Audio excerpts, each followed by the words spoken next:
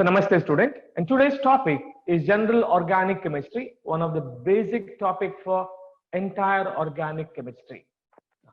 First, let us start from qualitative analysis. The branch of analysis which indicates the detection of elements, that's called as qualitative analysis. First, about detection of carbon and hydrogen. So organic compound on heating with copper oxide, the carbon present in the organic compound, it undergoes oxidation to give carbon dioxide. And this carbon dioxide gas is tested by treating with lime water, that is calcium hydroxide. It gives a white precipitate of calcium carbonate. So appearance of cloudiness, that shows the carbon dioxide, and carbon dioxide is obtained from carbon. Similarly, presence of hydrogen undergoes oxidation, that gives water H2O. And this is treated with anhydrous copper sulfate, colorless. When water combines with copper sulfate, that gives blue vitriol, CuSO4, 5H2O. So colorless compound copper sulfate, anhydrous copper sulfate, it becomes blue. This is due to the presence of water, and water is formed by hydrogen. So this test is used to detect presence of carbon and hydrogen. Next, about detection of nitrogen, halogen and sulfur. So in the detection of nitrogen, halogen and sulfur, there are two steps. Step number one, preparation of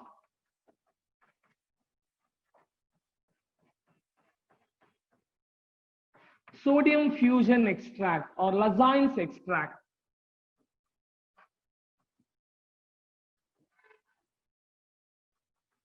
Sodium fusion extract, or it is also called as Lassaine's extract. Now, in the preparation of Lassaine's extract, organic compound is treated with sodium. A small piece of sodium is taken in a fusion tube. First, it is melted on the Bunsen flame. Then, organic compound is fused with the melted sodium. Now, during this process, sodium combines with carbon. All the organic compound contains carbon. If nitrogen is present, it becomes NaCN, sodium cyanide. If organic compound contains sulfur, this becomes sodium sulfide. If organic compound contains halogen, this becomes sodium halide. If organic compound contains both nitrogen and sulfur, it becomes sodium thiocyanate, Here, organic compound is fused with sodium. Organic compound is covalent in nature. To convert the covalent compound to ionic compound, it is treated with sodium. So nitrogen is converted to sodium cyanide, sulfur becomes sodium sulfide, halogen becomes sodium halide. If both nitrogen and sulfur is present, the ionic compound is sodium thiocyanate. In the second step, using the sodium extract, we can detect presence of nitrogen, sulfur, halogen. Now, first, about the detection of nitrogen. Very important test, detection of nitrogen. So in the detection of nitrogen, sodium fusion extract. First, it is treated with ferrous sulfate. That gives a complex compound. Then that complex compound, it is acidified with sulfuric acid and treated with ferric chloride. That gives Persian blue color. The appearance of Persian blue color, that indicates the presence of nitrogen. Now, here, when sodium cyanide undergo hydrolysis, that gives sodium hydroxide.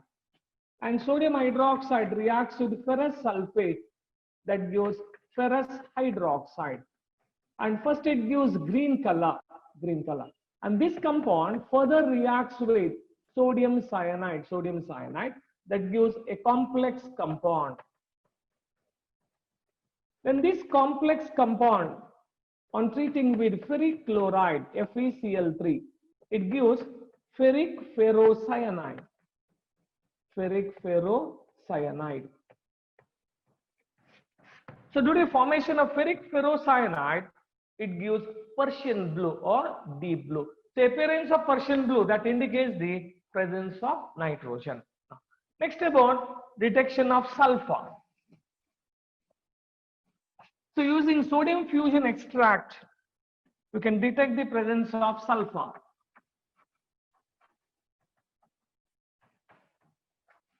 Detection of sulfur. There are two tests. First one is lead acetate test. In lead acetate test, sodium fusion extract, that is treated with lead acetate in the presence of acetic acid. On treating with lead acetate, it gives a black precipitate of lead sulfide, PBS, black precipitate. So appearance of black precipitate, that shows presence of sulfur.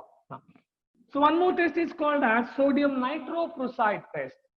In sodium nitroprusside test, sodium sulfide, it is treated with sodium nitroprusside, FeCN5NO. Is a complex compound. So it gives a purple color. The appearance of purple color, that indicates the presence of sulfur. Okay. These are the two tests for sulfur. Next, about test for halogens. Test for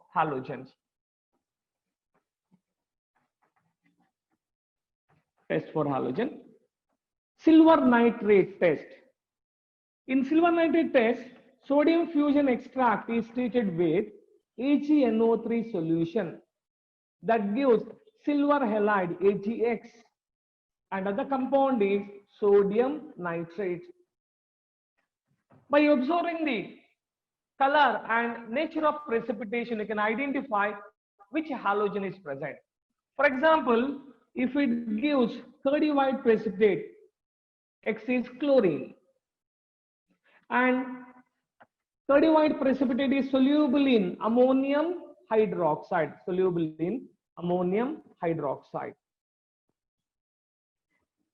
If it gives pale yellow precipitate,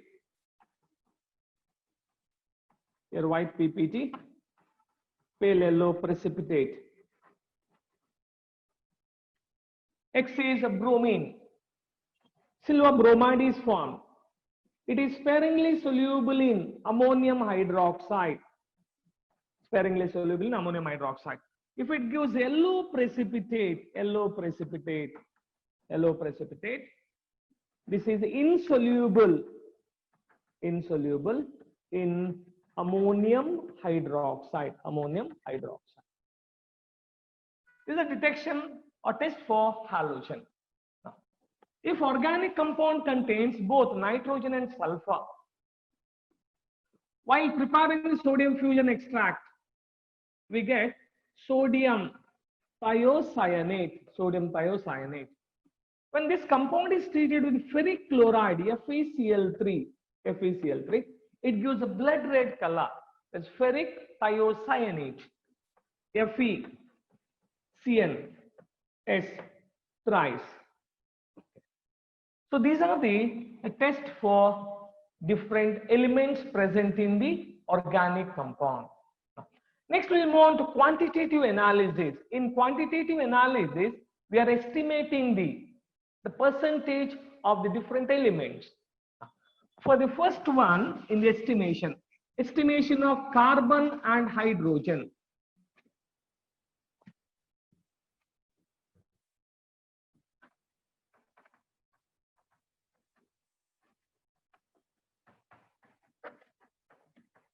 Estimation of carbon hydrogen by Liebig's method.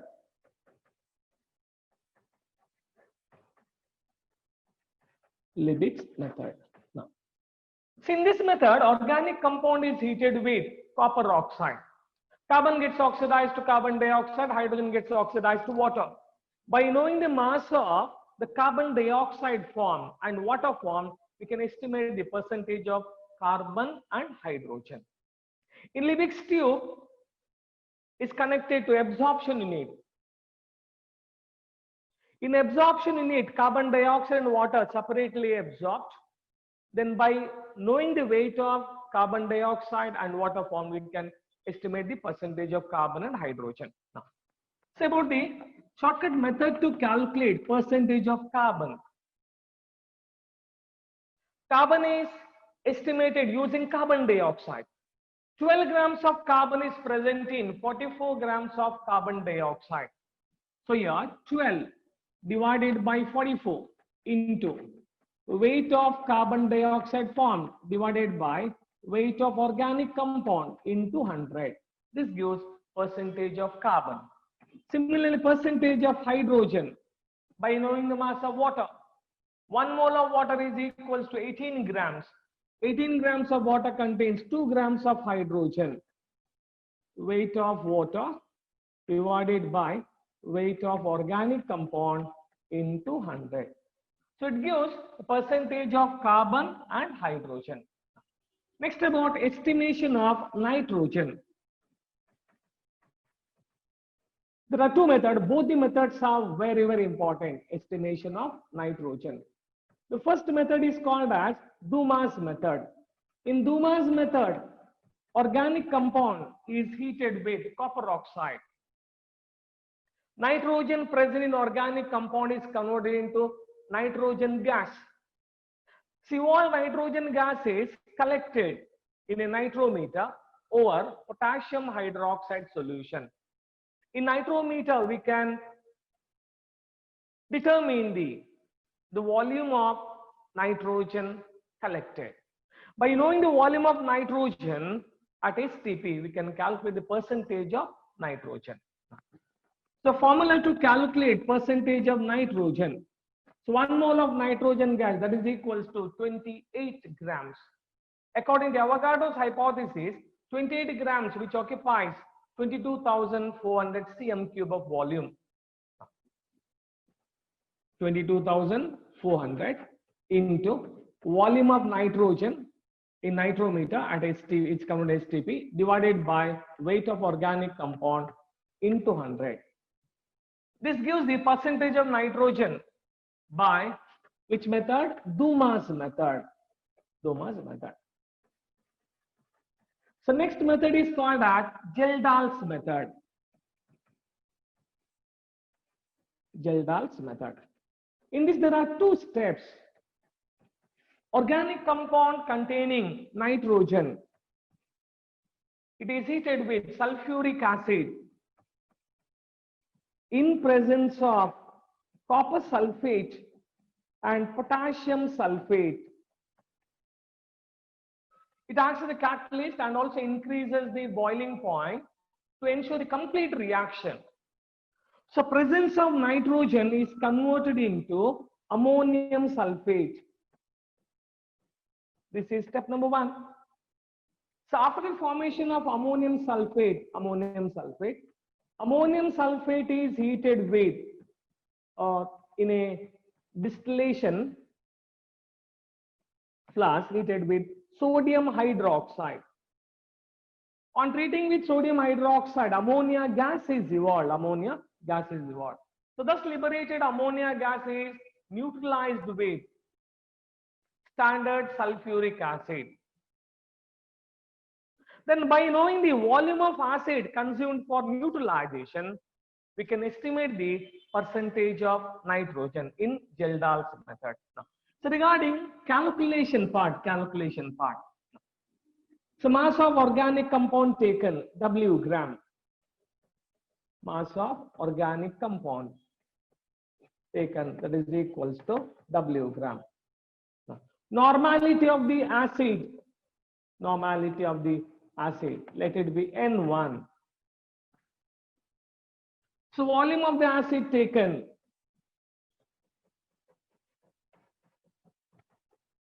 volume of acid taken, that is V1. Volume of the acid left after neutralization, that is V2. Now from this we can calculate volume of acid consumed for neutralization. So volume of acid consumed for neutralization. So this is equals to V1 minus V2. Now, so percentage of nitrogen can be calculated in Geldahl's method using this formula. Percentage of nitrogen is equals to 14 divided by 1000 into normality of the acid taken into V1 minus V2 divided by mass of organic compound into 100. Or you can simplify this. It is equals to 1.4 into normality of the acid and volume of the acid used for neutralization divided by mass of organic compound. So this method is called as Geldahl's method. This method is called as Geldahl's method. Next, about estimation of halogen, where organic compound is heated with, organic compound containing halogen is heated with concentrated nitric acid and few crystals of silver nitrate. It gives a precipitate of silver halide. This precipitate is removed by filtration, washed with water, dried and weighed. By knowing the weight of silver halide formed, we can estimate the percentage of halogen present in the compound.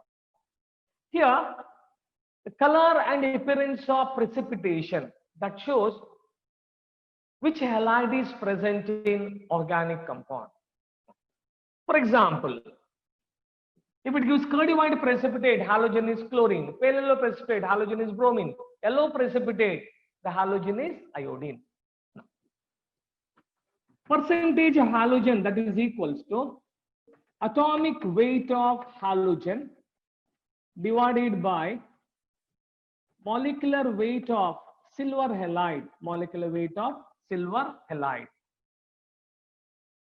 into the weight of silver halide formed divided by weight of organic compound into 100. This gives percentage of halogen. For percentage of chlorine, atomic mass of chlorine is 35.5.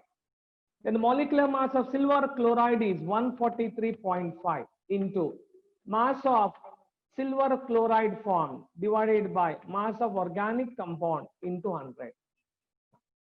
Similarly, percentage of bromine. Atomic mass of bromine is 80. So 80 divided by 188 into weight of silver bromide divided by weight of organic compound into 100. Last one is percentage of iodine, where atomic mass of iodine is 127.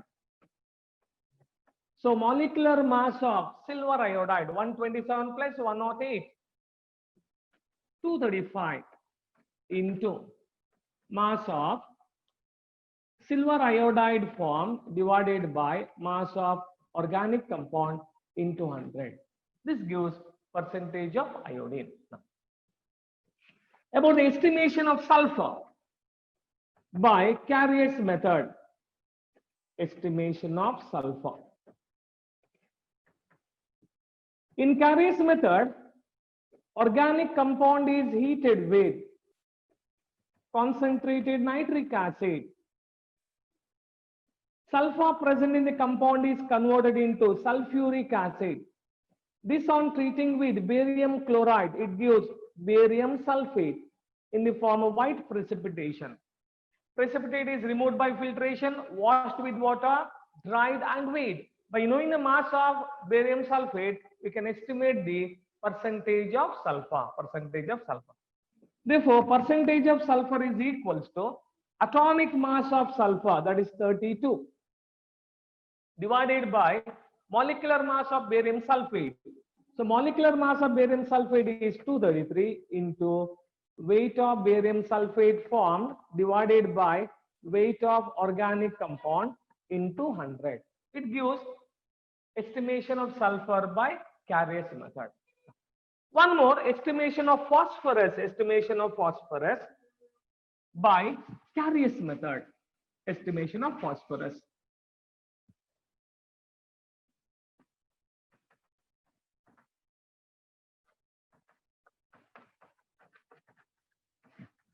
In this method, organic compound containing phosphorus, it is heated with nitric acid. Phosphorus gets oxidized to phosphoric acid. Then this phosphoric acid is treated with magnesium mixture of magnesium chloride and ammonium chloride. It's called as magnesium mixture. It gives magnesium ammonium phosphate, and this compound on heating it decomposes to give magnesium pyrophosphate, Now, by knowing the mass of magnesium pyrophosphate, we can estimate the percentage of phosphorus. Now, in this method, see, phosphorus present in the organic compound is converted into magnesium pyrophosphate. So percentage of phosphorus, that is equals to 1 mole of magnesium pyrophosphate contains 2 atoms of magnesium. 2 into 31 atomic mass of magnesium. So the atomic mass of phosphorus 31, 2 phosphorus. Look here, 2 phosphorus. Therefore 2 into 31 divided by molecular mass of magnesium pyrophosphate into weight of magnesium pyrophosphate divided by weight of organic compound taken into 100. So this gives the percentage of phosphorus, and all these are Carrier's method. Now this is about estimation of element. After estimation of element, then we'll move on to the purification. Important part, purification.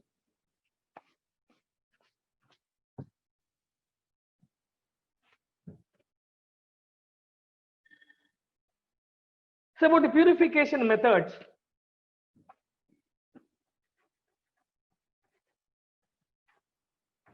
Methods of purification.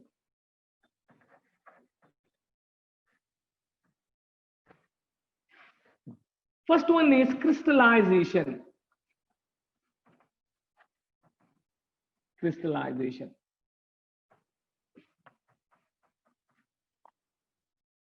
So in this method, in crystallization method, the compound is purified by treating with suitable solvent, and it works on the principle based on the difference in solubility of the compound and solubility of the impurities. So that method is called as crystallization. For example, impure benzoic acid, by treating with hot water, you can purify it. Impure benzoic acid is pale brown in color. After treating with hot water, it becomes crystalline compound and the color becomes white. That shows that obtained benzoic acid is a pure benzoic acid. That method is called as crystallization. Now, second one is fractional crystallization. Fractional crystallization.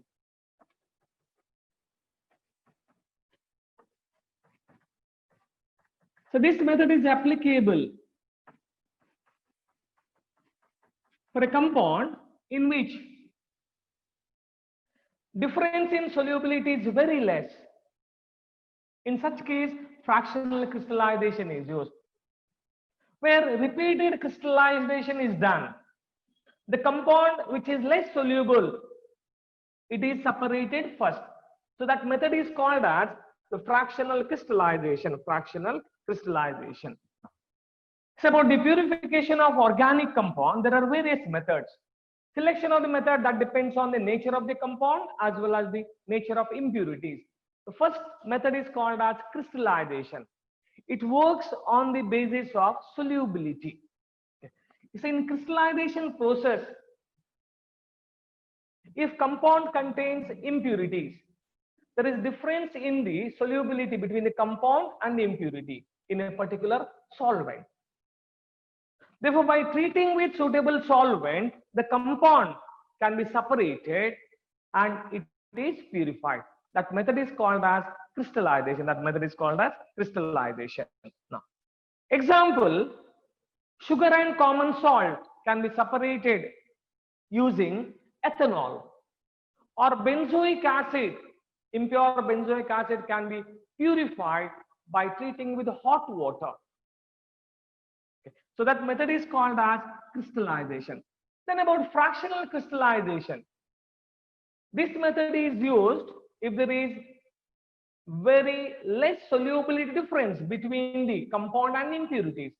By repeating crystallization, we can separate the component, or we can purify the organic compound.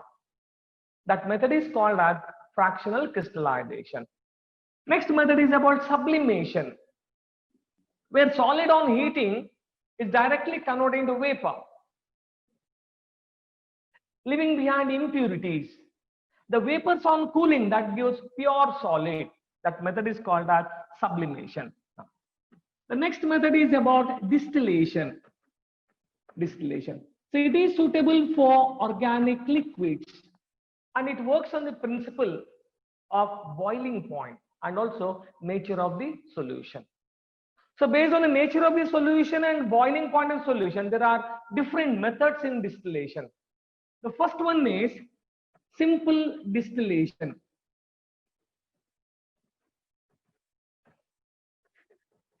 Simple distillation.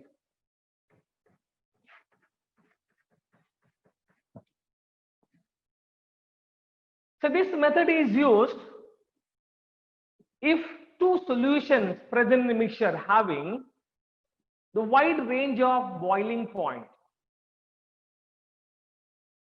In such case, that compound can be separated or purified by simple distillation process. Here we can take one example, that is benzene and aniline. Benzene C6H6. Now, so boiling point of benzene is 80 degree. Boiling point is 80 degrees Celsius. Aniline C6H5NH2. So boiling point of aniline, that is equals to 184 degrees Celsius. 184 degrees Celsius. You can separate benzene from aniline by simple distillation because there is a wide range of difference in boiling point. So in such case, you can go for simple distillation. The next method is called as fractional distillation. Fractional distillation. Fractional distillation. So this method is used if a mixture contains two or more solution with slight difference in boiling point. In such case, that can be separated by fractional distillation using fractionating column. So example for fractional distillation, petroleum, coal tar, or we can separate methanol and propanol. Okay. So methanol CH3OH, propanol CH3CO CH3. Okay. Methanol boiling point is 65 degrees Celsius. Acetone boiling point is 57 degrees Celsius. So difference in boiling point is very less. So we can separate methanol and the propanol by fractional distillation process. Now, the next two are very important. Distillation under reduced pressure. Distillation under reduced pressure.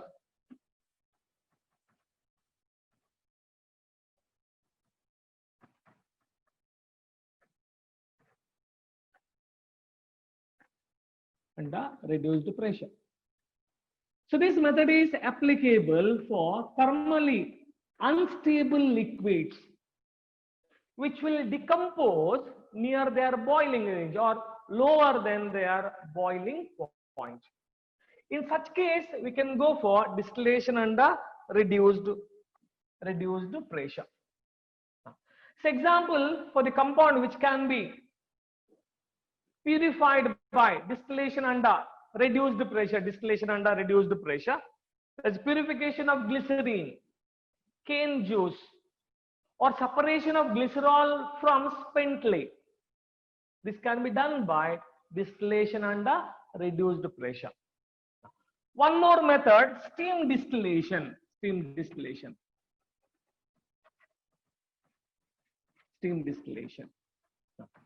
So this method is applicable for a liquid which is immiscible in water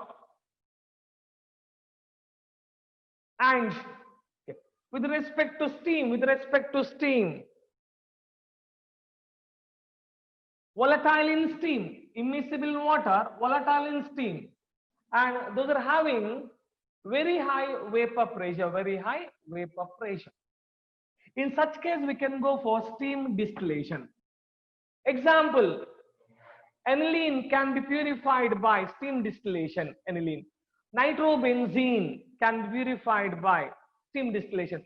Chlorotoluenes can be purified by steam distillation. So these are the different methods in the separation and purification. And there is one more method, very important method, that's called as chromatography. So chromatography method, it works on the principle of adsorption process. And basic principle behind chromatography, there should be one stationary phase and one mobile phase. So based on the stationary phase and mobile phase, the chromatography is classified into different types.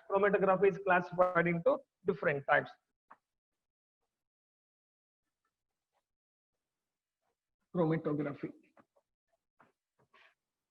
Now, first one, if solid is the stationary phase,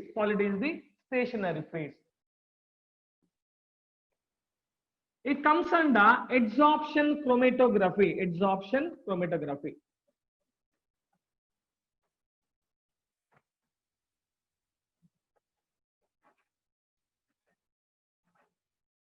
This is solid phase. Now, there are two mobile phase. One is liquid phase. Another one is gas phase. These are the mobile phase.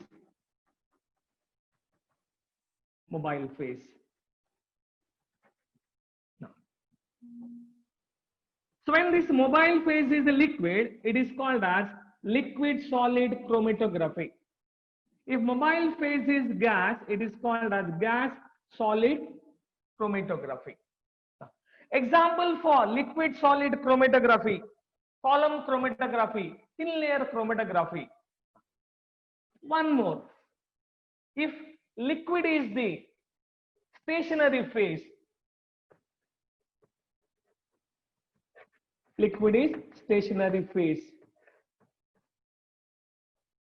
such kind of chromatography is called as partition chromatography.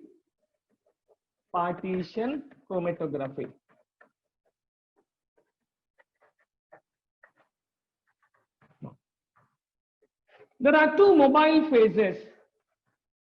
One is liquid, other one is gas. Okay. If mobile phase is liquid, it's called as liquid chromatography. If gas is the mobile phase, it is called as GLC, gas liquid chromatography. For liquid chromatography, there are some examples for liquid chromatography. That is thin layer chromatography, column chromatography, paper chromatography. All these are examples for liquid chromatography. So in chromatography technique, based on the adsorption process, means in a mixture, different components are present, and these different components are adsorbed at different positions. By knowing the RF factor, we can identify which compound is collected with respect to the position of. What about RF factor? So RF factor is nothing but the ratio of distance traveled by the RF factor. Distance traveled by the solute from the baseline,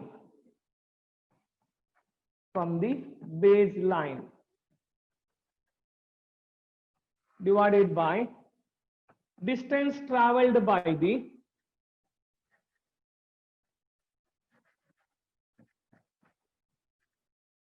solvent from the baseline.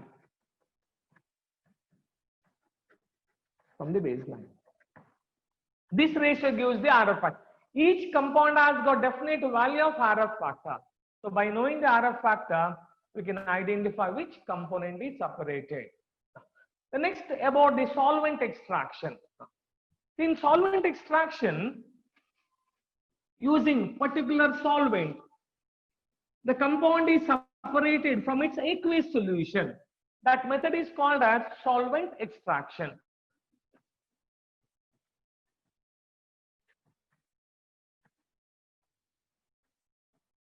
Solvent extraction. Iodine with CCl4. Benzoic acid using benzene. Okay. So that method is called as solvent extraction. So these are the different methods comes under purification of organic compound. Next we'll move on to the classification of organic compound. So organic compounds are basically classified into two main types: open chain compounds and closed chain compounds. Open chain compounds and closed chain compounds. So what about open chain compounds? Organic compound.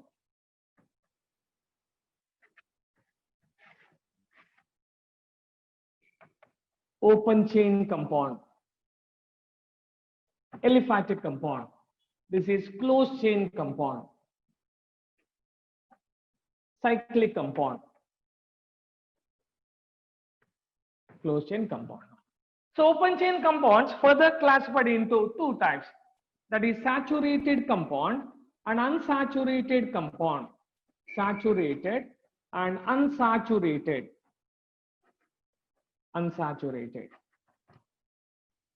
So closed chain compounds, these compounds possess ring-like structure or cyclic structure, and they are further classified into homocyclic and heterocyclic. Homocyclic compounds and heterocyclic compound. Homocyclic and heterocyclic.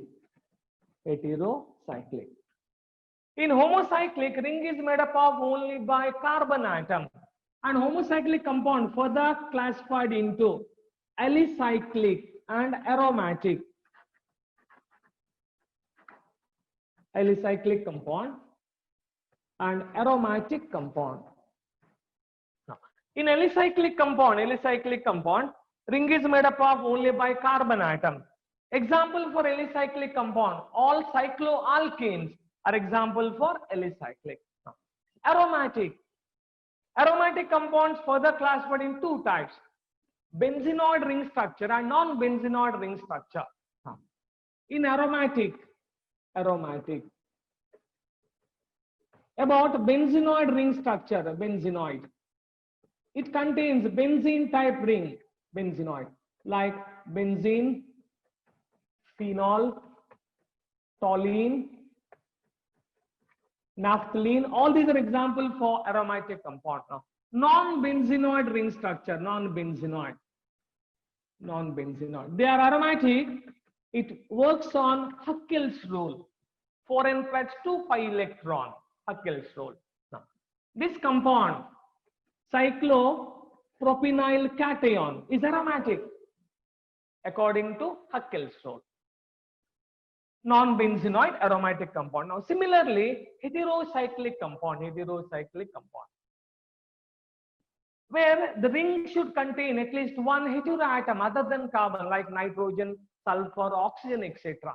They are called as heterocyclic compound. And these heterocyclic compounds further classified in two types: alicyclic heterocyclic and aromatic heterocyclic. Now, alicyclic heterocyclic compound, like oxirane, epoxy, ether, oxirane, oxetane, then 1,4 dioxane, 1,4 dioxane, tetrahydrofuran,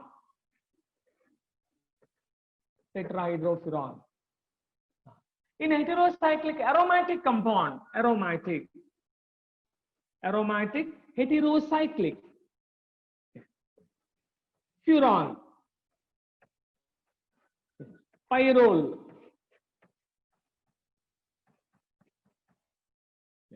pyridine.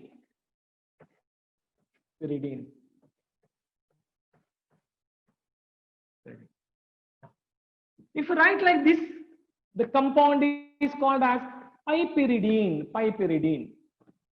These are example for heterocyclic compounds. This is about the classification of organic compound. Next, about functional group. A reactive part of an organic compound is called as functional group. And about homologous series, it is a series of closely related organic compound which can be represented by general formula. Such series is called as homologous series. For example, members of alkanes,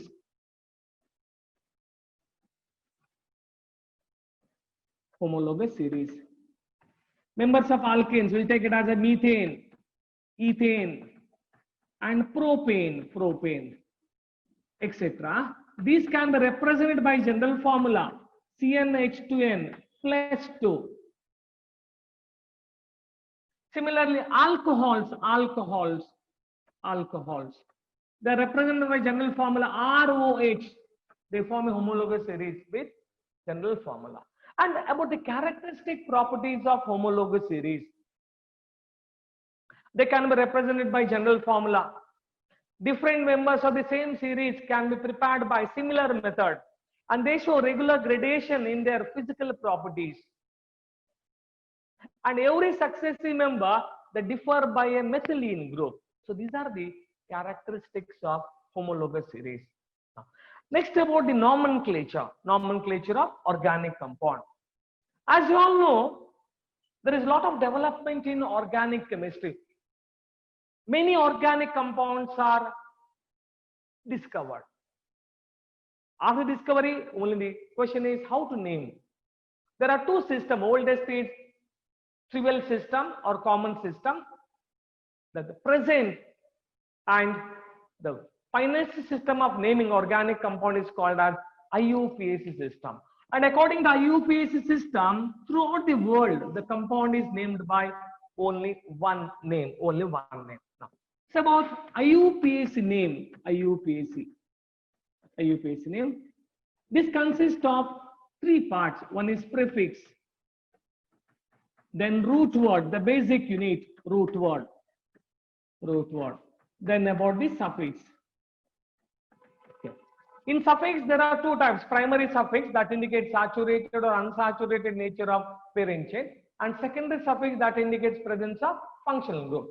Similarly, prefix also primary as well as secondary. Usually, when cyclic compound comes, the cyclo is taken as a primary prefix.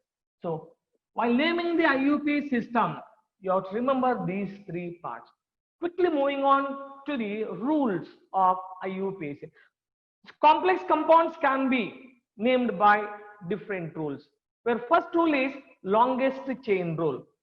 Longest chain of carbon atom is selected, and that's called as parent chain.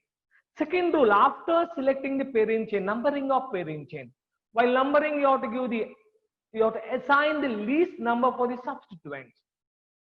Then third rule, lowest number for functional group. If any functional group is present, assign the least number for functional group.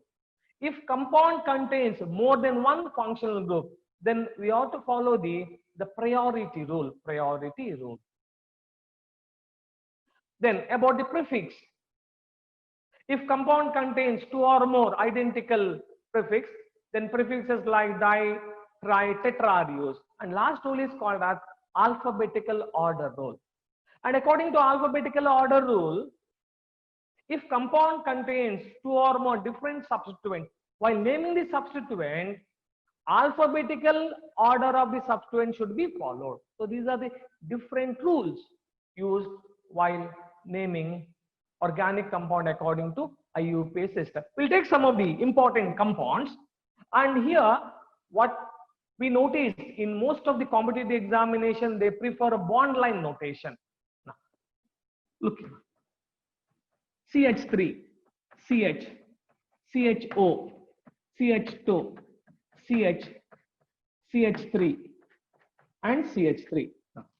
So longest carbon chain selected with functional group, first functional group, second, third, fourth, and 5. These two are the substituent methyl group, 2, 4, dimethyl, dimethyl. Root word is pent, and it contains only single bond, ane, and is replaced by secondary suffix, that is al. 2, 4, dimethyl pentanal. 2, 4, dimethyl pentanal. The next compound, CH3, CH, OH, CH, CH3, double bond, CH and CH3. Now, here main functional group is OH group. Main functional group is OH group. So while numbering, you have to give the least number for OH group. It is numbered from which side? Right to left to right, like this. 3-methyl. This compound is 3-methyl. 3-methyl. Pent. 3 in 2 all.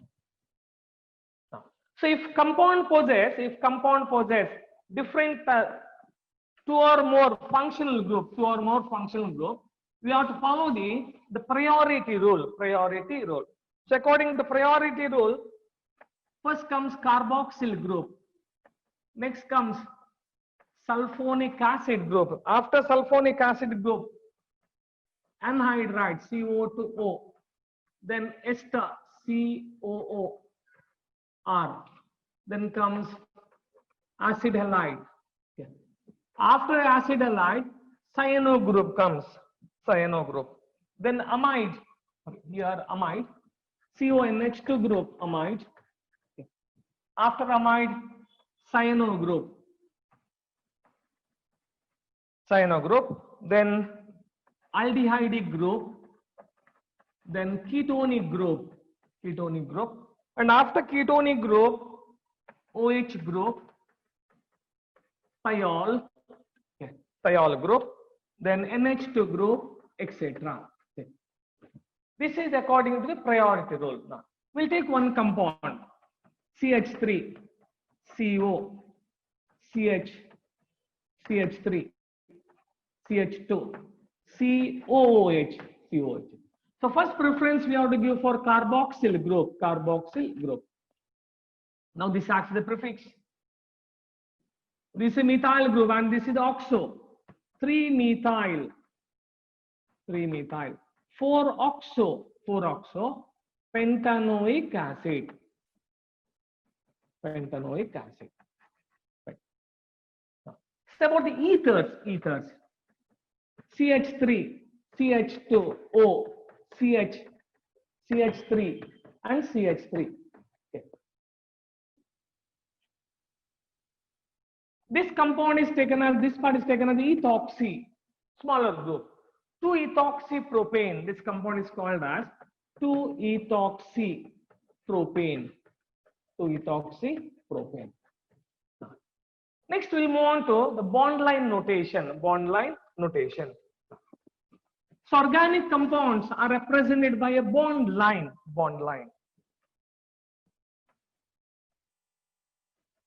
Bond line notation.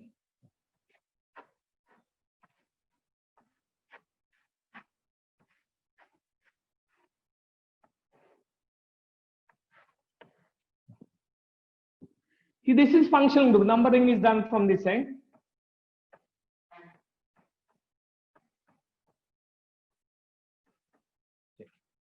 This is a methyl group. These two are ethyl group.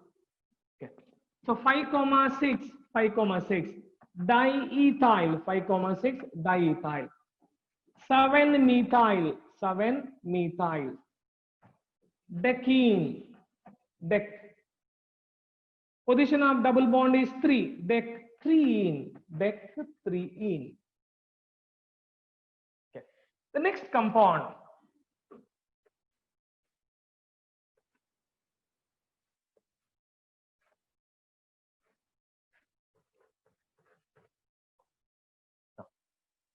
OH group is main functional group. 3,4 dimethyl. 3,4 dimethyl. Hex. 6 carbon atom hex. 4-ene. Then 2-ol. 4-ene, 2-ol. So one more compound.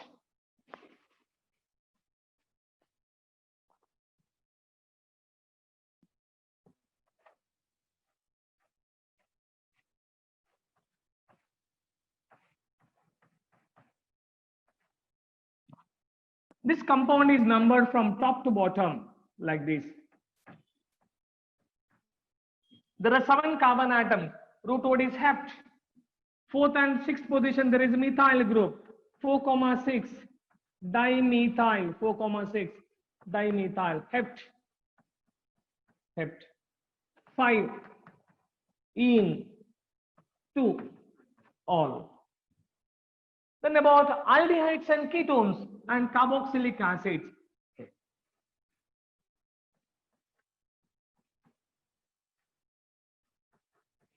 This compound. So IUPAC name for this compound.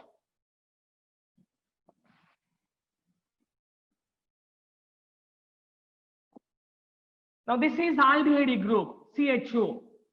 First carbon atom, second carbon atom, third carbon atom, fourth carbon atom.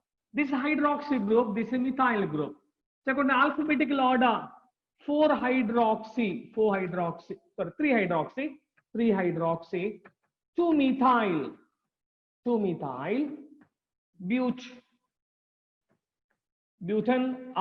butanol. About ketones, how they are represented in a bond line notation.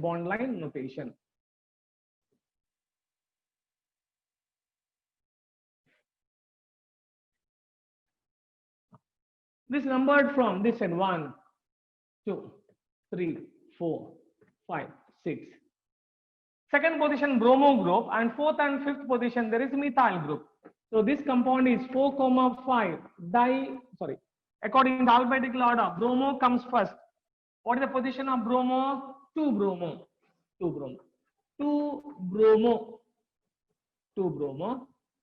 4,5 dimethyl,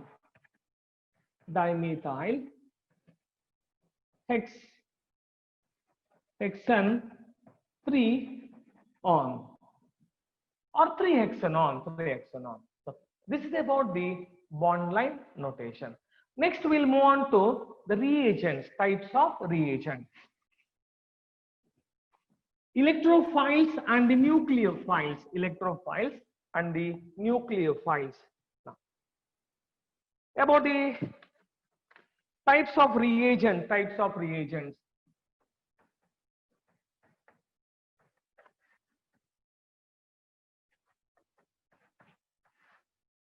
Electrophiles.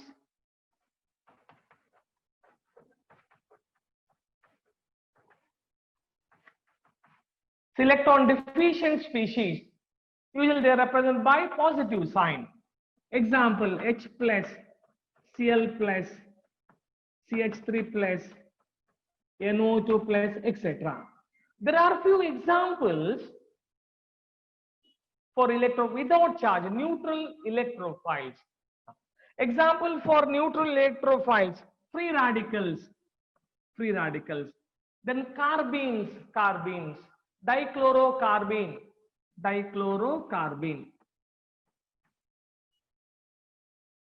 then boron trifluoride, AlCl3. These are examples for neutral electrophiles. Next, about nucleophiles. These are electron-rich species. During the reaction, they attack on the electron deficient center, and they are represented by negative sign. Some example for nucleophiles: Cn minus, OH minus. Then neutral nucleophiles, water, H2O, because oxygen contains 2 lone pair of electrons, ammonia, NH3, then ethers. These are examples for neutral nucleophiles. Next, about the different types of the covalent bond cleavage, homolytic bond cleavage and the heterolytic bond cleavage. First, about homolytic bond cleavage, or it is also called as homolysis, symmetrical bond cleavage.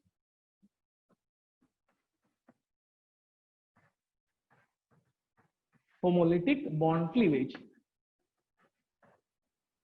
So in homolytic bond cleavage, covalent bond breaks symmetrically. When covalent bond breaks symmetrically, that leads to give free radicals. So in homolytic bond cleavage, free radicals are formed. Heterolytic bond cleavage. In heterolytic bond cleavage takes place unsymmetrically. As a result, it gives ionic species. Now, for example, here B is more electronegative. Therefore, A acquires positive charge, B acquires negative charge. Here, one is electrophile and other one is nucleophile. So this is about the different types of bond cleavage. Now, about the reaction intermediates. Now, there are many examples for reaction intermediates like carbocations, carbene ions, and free radicals.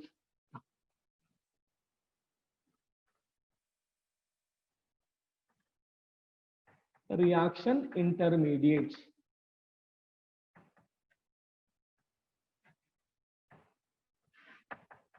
First, about carbocation.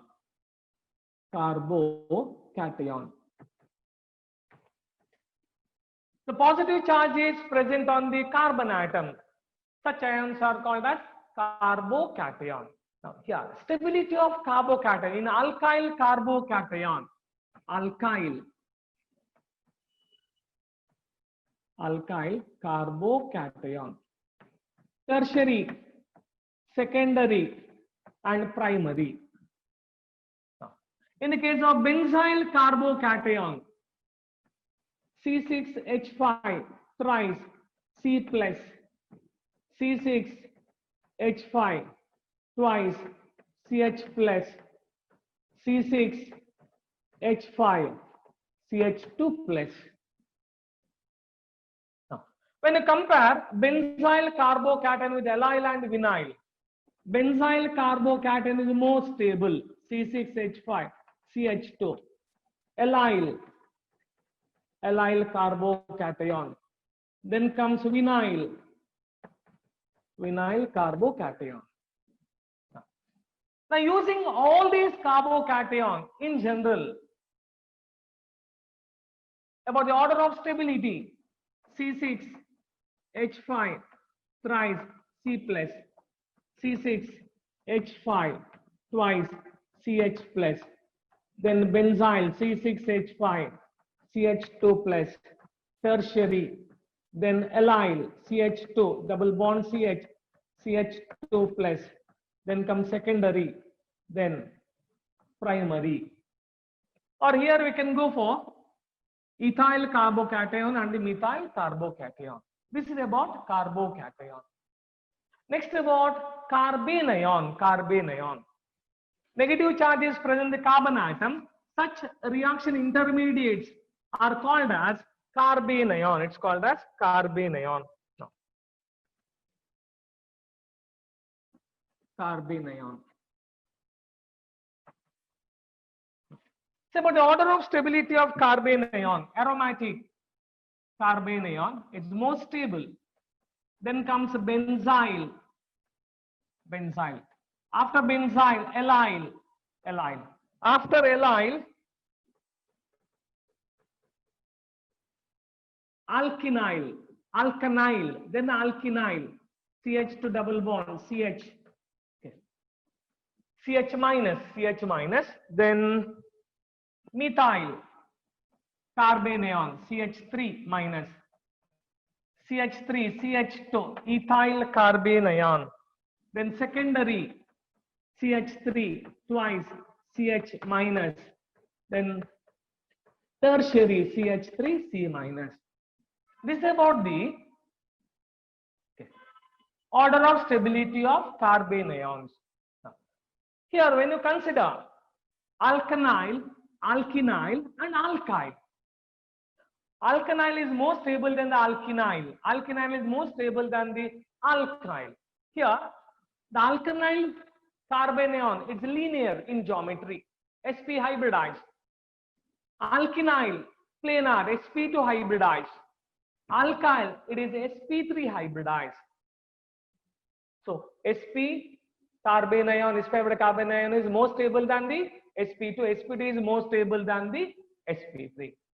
Next about free radicals. Free radicals.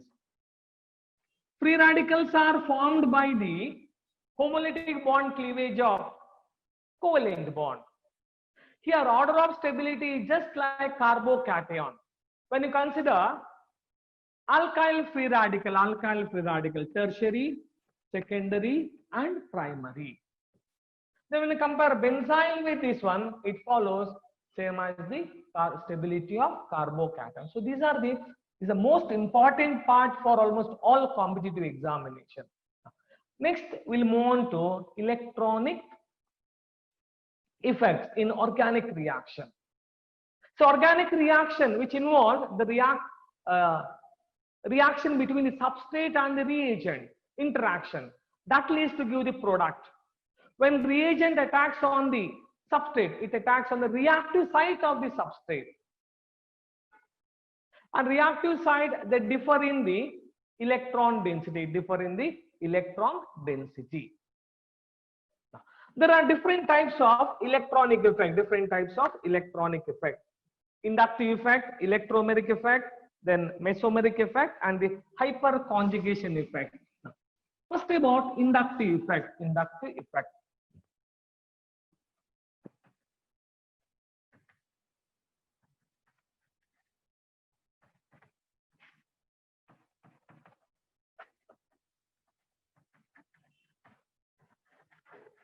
It's called as I effect. Inductive effect, I effect. So inductive effect involves the displacement of sigma electron towards more electronegative atom compared to other atom. And there are two types of inductive effect, plus I effect and the minus I effect. Usually plus I effect is observed in the case of alkyl groups. Example for plus I group, CH3 group, CH3, CH2 group, CH3 twice, CH group, and CH3 thrice, C group. Say about the order of stability, order of reactive, which exhibit highest plus I effect. This one, CH3 thrice C. Then secondary, CH3 twice, CH. Then comes ethyl, CH3, CH2, and least is for methyl. Similarly for minus I effect, example for minus I group, highest effect is observed in this group, Then comes nitro group, NO2. Then comes SO2R. Then CN, cyano group. Carboxyl group, fluoro group, chloro group. Then bromo group, iodo group. After iodo group, alkoxy group. Then COR group, OH group, then C6H5 group, C6H5 group. This is about the minus I effect. Minus I effect. Now, about the applications of inductive effect. First, about the dipole moment. Greater the inductive effect, greater is the dipole moment. Next, about acidity. Minus I, for example, in alcohols, minus I effect increases acidity. Plus I effect decreases acidity of alcohol. Similarly, in carboxylic acid, minus I effect increases acidity of carboxylic acid. Plus I effect that decreases, the acidity of carboxylic acid. Then about basicity of amines. Positive inductive effect increases basicity of amines, and negative inductive effect that decreases basicity of amines. Similarly, stability of carbocation. Positive inductive effect increases stability of carbocation. Negative inductive effect that decreases the stability of carbocation. Stability of carbocation. Okay. Next, about the stability of carbon-free radicals. Carbon-free radical. It's about the stability of carbon-free radicals. Free radicals.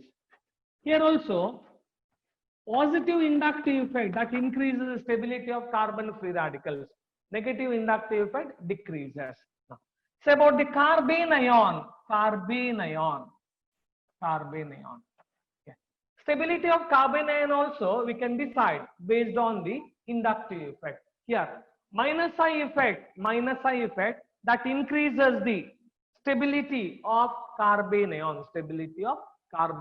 So these are the applications of inductive effect. Next, about electromeric effect, E effect. So this is temporary effect. It is caused due to the presence of the reagent. Without reagent, no effect. Therefore, it's called as temporary. The permanent displacement of multiple bonded electron towards one of the atom in the presence of attacking reagent. That's called as electromeric effect. And there are two types: positive electromeric effect. In positive electromeric effect, here displacement of electron takes place towards the attacking reagent. That kind of effect is called as positive electromeric effect. Negative electromeric effect. Here, displacement of electron takes place away from the attacking reagent. See, multiple bond electron shifted away from the attacking reagent. And this effect was asked in almost all competitive examinations many times.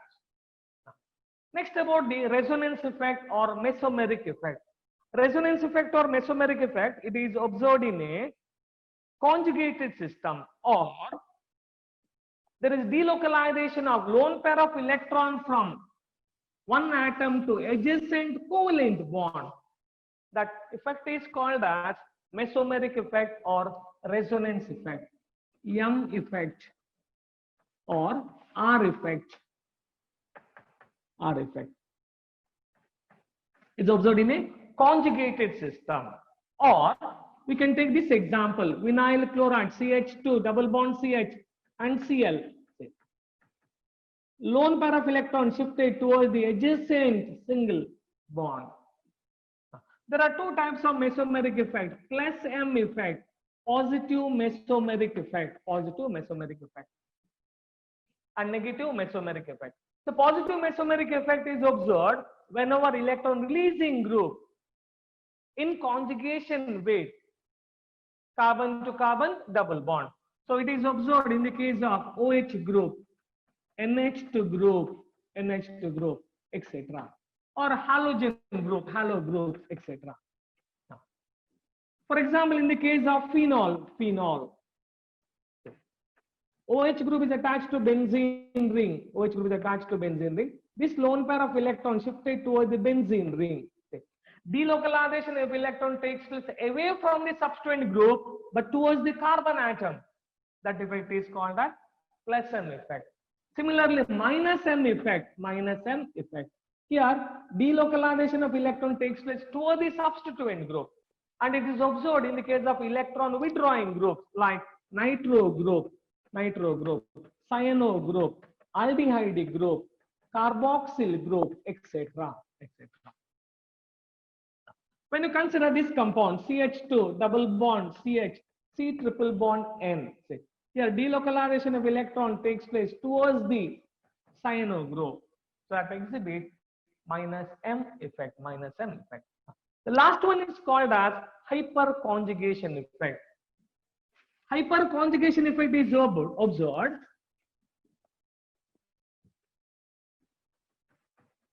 hyperconjugation effect.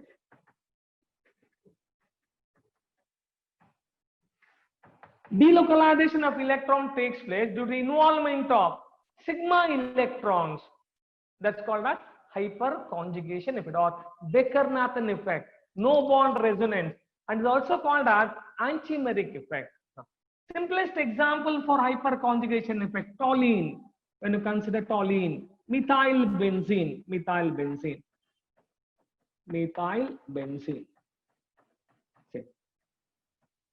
Involvement of sigma electrons. It's about the application of hyperconjugation effect. It is used to decide the stability of alkenes. Greater the number of hyperconjugation structure, greater is the stability.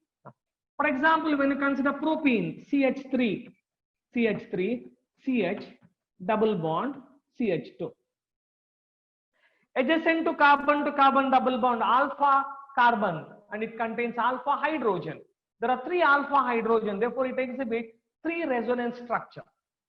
One more compound will take CH3, CH2, and this is CH3. Now look here. There are 2 alpha carbons. Total number of alpha hydrogens are 6. It exhibits 6 hyperconjugation structure. So between these 2 compounds, which is more stable? 2-methylpropene is more stable. And using hyperconjugation effect, we can predict the orienting effect. For example, in the case of toluene, methyl group, it acts as a ortho and para directing group, because the ortho and this para positions are electron rich. So in toluene, methyl group, it acts as ortho and para orienting effect. That's because of hyperconjugation effect. Lastly, about the different types of reactions. There are different types of reaction: addition reaction, substitution reaction, rearrangement reaction, free radical reaction, etc., or elimination reaction. In addition reaction, 2 or more reactants react to give single product. In substitution reaction, one of the atom is replaced by another atom or group of atoms. Then there are different types: electrophilic substitution and the nucleophilic substitution or free radical substitution reaction. In elimination reaction, when compound undergo elimination reaction, it always leads to give multiple bonded compounds. And there are different types: dehydrogenation, dehydration, dehydrohalogenation. All these are examples for different types of elimination. And one more, the rearrangement reaction. In some of the reaction, rearrangement of atoms takes place. That leads to give more stable compounds. So these are the different types of organic reactions.